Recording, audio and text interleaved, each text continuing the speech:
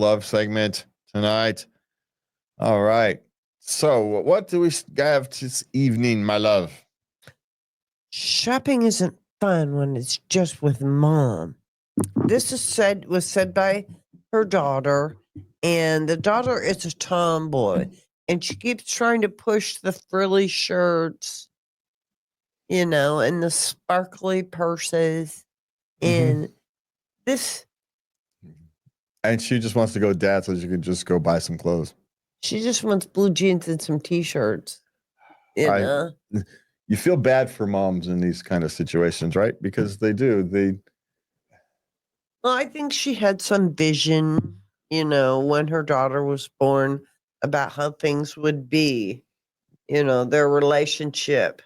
Yeah, don't we all have those, right? Yes. As we, men are famously, my son's going to go off and be the sports star I was never able to be, right? That's kind of the stereotypical man thing. And I guess women have their own version of it, right? It's wanted to be the princess and the dress up dolls and all that good stuff. Oh, yes. That's where these beauty contests come from. Yeah. Kitty. Hey. All right. So what do you do? There's nothing you can do. How about... why not just buy her the clothes she'd buy? Well, here's the thing. There's going to come a time and where you're going to miss these periods where you want to go spend some time with your mother. I mean, I know it's hard to believe now, and it'll be 15, 20 years. Well, you'll look back, and as much as you didn't want to do these things, you're going to miss them. So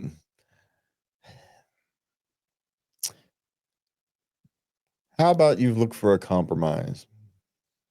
Ask your mom to compromise a little.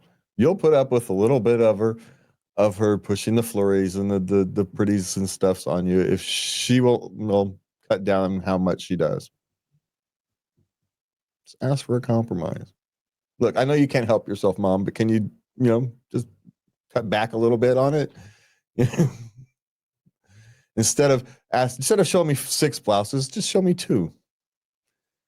Instead of showing me 12 dresses, how about 3? That way our shopping trip isn't spent on a bunch of time on stuff I'm not going to. That way you can have some compromise here because you're both going to miss these times. You know what the mother's really doing here? She's just wanting to spend time with her daughter. Yes. In the only way she knows how. In the only way she knows how. Yeah. And so help her. Say, okay, now that we've done the half hour in the stores looking at the stuff you want, let's go to the store I want and help me find some jeans that'll fit properly. There you go. Just so you can both share your experiences, give her a little bit and ask her for a little bit in return. And, then you guys can start just enjoying your time together. Stop worrying about what she's showing you, the clothes you're looking at, and just enjoy spending some time together because that's the real point. So you realize this. That's why we like shopping. Yes, but you realize we can spend time without going shopping. But we really like shopping. We don't because we have to pay for it.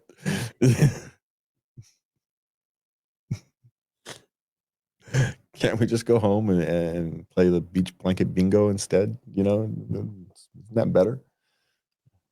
Costs less. Well, short term anyway.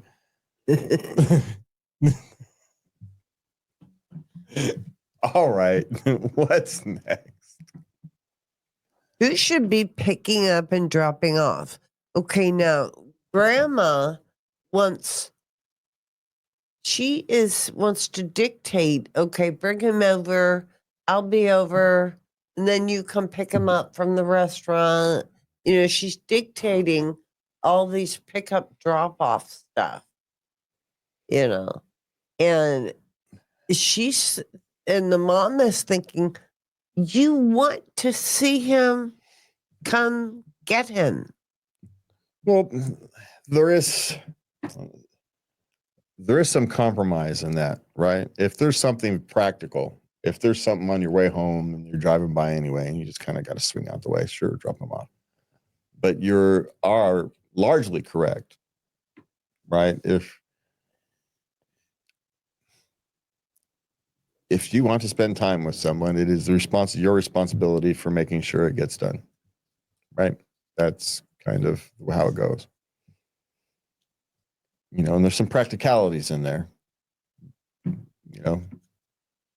right? I don't know how old grandma is. Maybe you don't want grandma driving that much. So maybe you as a parent choose to go drop the child off and pick them up because it's just better. Safer. Yeah. So those kind of things. So there's wiggle room in this, but it actually does probably sound like grandma's just going to use the least amount of effort as possible to get what she wants. Or at least that's the interpretation of the parent here. So what do you do about it? I don't know. You either say no or yes. The answer is to stop saying yes. Say, I can't. I don't have time. Whatever. You don't need to really make excuses. You can just say no. Not driving all the way across town to drop them off at a restaurant and then to pick them up later. I don't have time. Generally speaking, that's the best way to handle it. Just start saying no on occasion. But yeah, that's the way to do it. You don't make a thing out of it. Just start saying no. Yeah. All right. How do I explain to my son that we aren't divorcing? Now, this son is very young. Mm-hmm. He's like 4, 5. Okay. And his aunt, the dad's sister, yeah, she is going through a divorce. And the uncle is moving out of the house. Mm-hmm. So he's like, Dad, please don't move out. Please, I don't want you to move out. So now he's, keeps asking, when is this going to happen? So the child is just projecting somebody else's circumstances onto his because he has so little life experience that he thinks that's normal. Yeah. And you can tell him, but because he's 4 or 5, he's not really going to understand.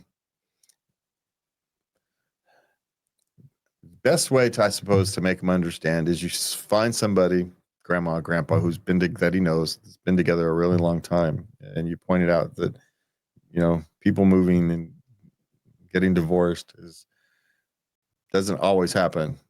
Where there's no plans for us to, you're all good, and then over time he'll accept it. He just got it burned in his head right now. He's obsessed. The reality is, by the time we got this and put it in the list and respond to it, and some of you out there hearing it, might probably already moved on to something else. That's how quickly these things can change. So, I mean, that's the likelihood, right? The likelihood by this point, he's already moved on to something else. The likelihood is, yeah. He's already moved just out of nature because that's the nature of their thing. Something else has become more interesting for him to get focused and obsessed with, and he's moved on. So in a sense, this one's, you do nothing. You just kind of explain to him that, that's not what's going on here. That's their life, and things happen sometimes, but that's not happening here. You don't have to worry about it. And at some point he'll get focused on something else, and it'll just become a thing in his past. There's not much to do. No, there's not much to do. No, yeah. You reassure him and tell him that no, that's not what's happening, and you let time do its thing. That's all there is to it. Sometimes parenting, you feel the need to do something, to fix something, and the only thing that's going to fix it is time. And in this case, he's growing, he's maturing, he's going to go find something else to do. And then I'll get stuck back in there. And at some point when he's 7 or 8, oh yeah, now I get it. But it is what it is. That's a hard thing to understand that sometimes the best thing you can do as a parent is nothing. That's a hard one. That is very hard to do. Yeah. Because you want to get a book, maybe a counseling session Yeah, you want them to understand. He's 4 or 5. He's not going to understand. Not really. So all he really understands is the practical experience. That's all he really understands. He's moving out. That doesn't mean I am. That's different. But he doesn't understand that yet. But over time, he will. So reassure him and let time do its thing. That's my solution to that. All right. What do we have next? My daughter shouts at me, and she's 4. That's all she does. It just shouts at her mom. Okay, now this is an interesting one because there could be a couple issues. There could be some developmental issue, right? Where if it's literally all she knows how to do is shout to communicate, there may be a developmental issue. She doesn't know any other way to communicate. Everything. So there's that to kind of look at. But does she shout at everybody or just her mom? Just her mom. Which I don't know. I have a suspicion that there's more to this story than. Was there more to it? No. Well, because 4-year-olds, remember 4-year-olds are emotional basket cases, right? They're on emotional roller coasters, and so if you've got a child who's an emotional roller coaster, and you've spoiled them over the first 3 or 4 years, and now you're having to tell them no, and they're having to experience no for the first time. Yeah, she's going to lash out at the person telling her no. Finally putting boundaries on her. She doesn't know anything else yet because you didn't do it when she was 6 months or a year or whatever. It's when the rest of us learn these things. We learn them before we understand what we're learning. So that's true. We do, don't we? Yeah. Yeah. So my suggestion is to just keep telling her no. But also check for some developmental issues. Think about her as a more holistically and see if there's some kind of developmental issue. That's a good idea. Of some form. Yeah. All right. What's next? Okay. Worried mother-in-law disordered eating comments are affecting my 9-year-old. Okay. So the mother-in-law has an eating disorder. Okay. I mean, she knows that she purges and everything. Mm-hmm. So now she's making comments to the 9-year-old. Oh, do you really need that second helping? No, she's projecting go her straight issue. to your thighs. She's projecting her stuff onto. I suppose you could ask your mother-in-law to not discuss food issues with your child. Or have, and specifically it's your mother-in-law, so have your spouse talk to their mother. It's not your job. That's your spouse's job. Yes, it is. So you have your spouse talk to their mother about not discussing food-related issues with your child. Because her perspective is distorted. Now you want to use a different word than that, but perspective on food issues is not to be trusted. Yeah, how would you say that? Sick. Yeah.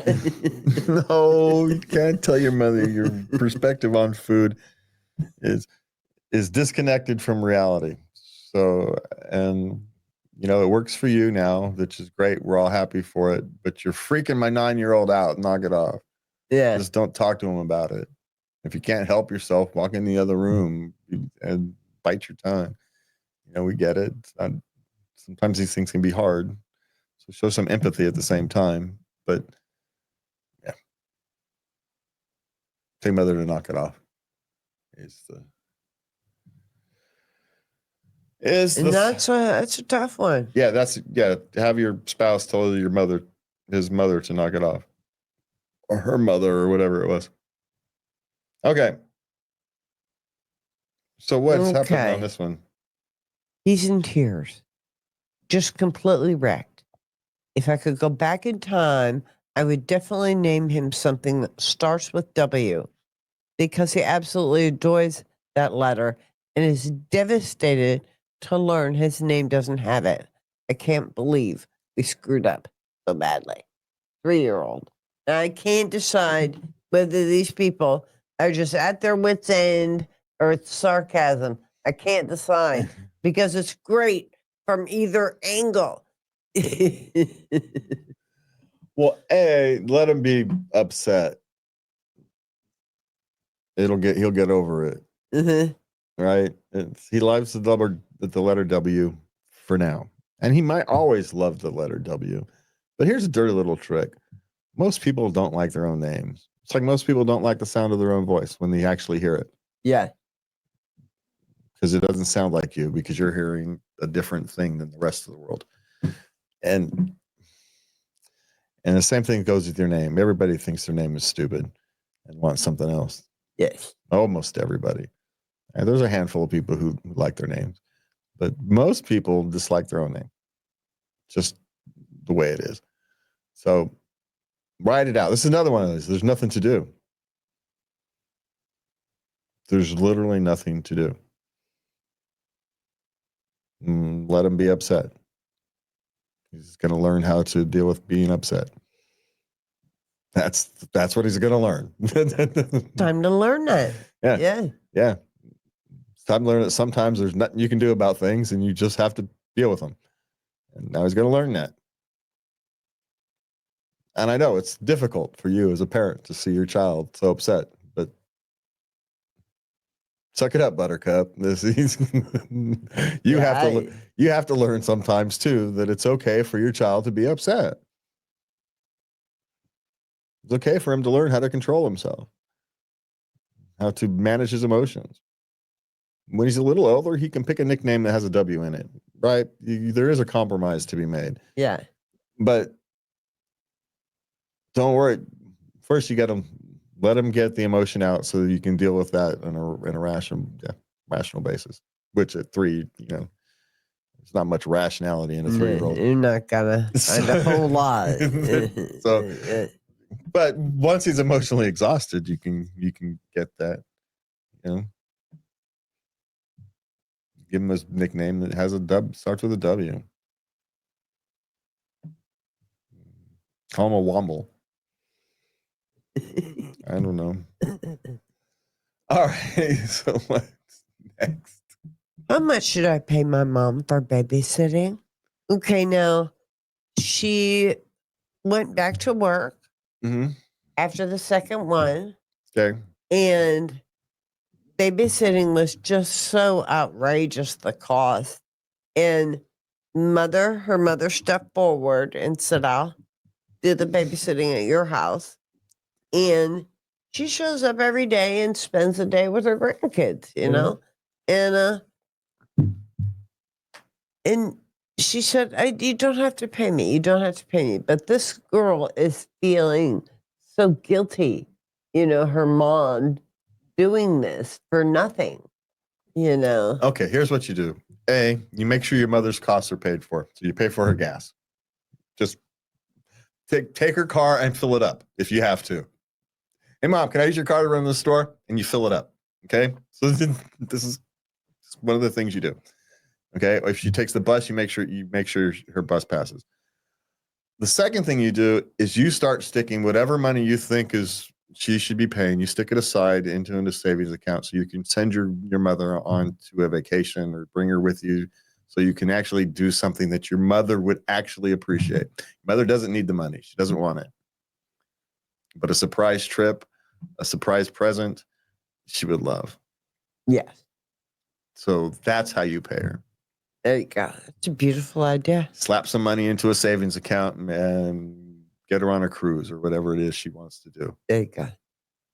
So there you go. That's your solution. That way you both get what you want. Very good. Your grandmother gets to feel like your mother gets to feel like she's grandma and gets to spend the time with her grandchildren and feels like she's helping out, and you get to repay your mother for all she has done. You know, who knows? Who knows how much who knows how much in a year you could save up? Might be enough for a trip to Hawaii, maybe enough to a trip for a day spa. Who knows?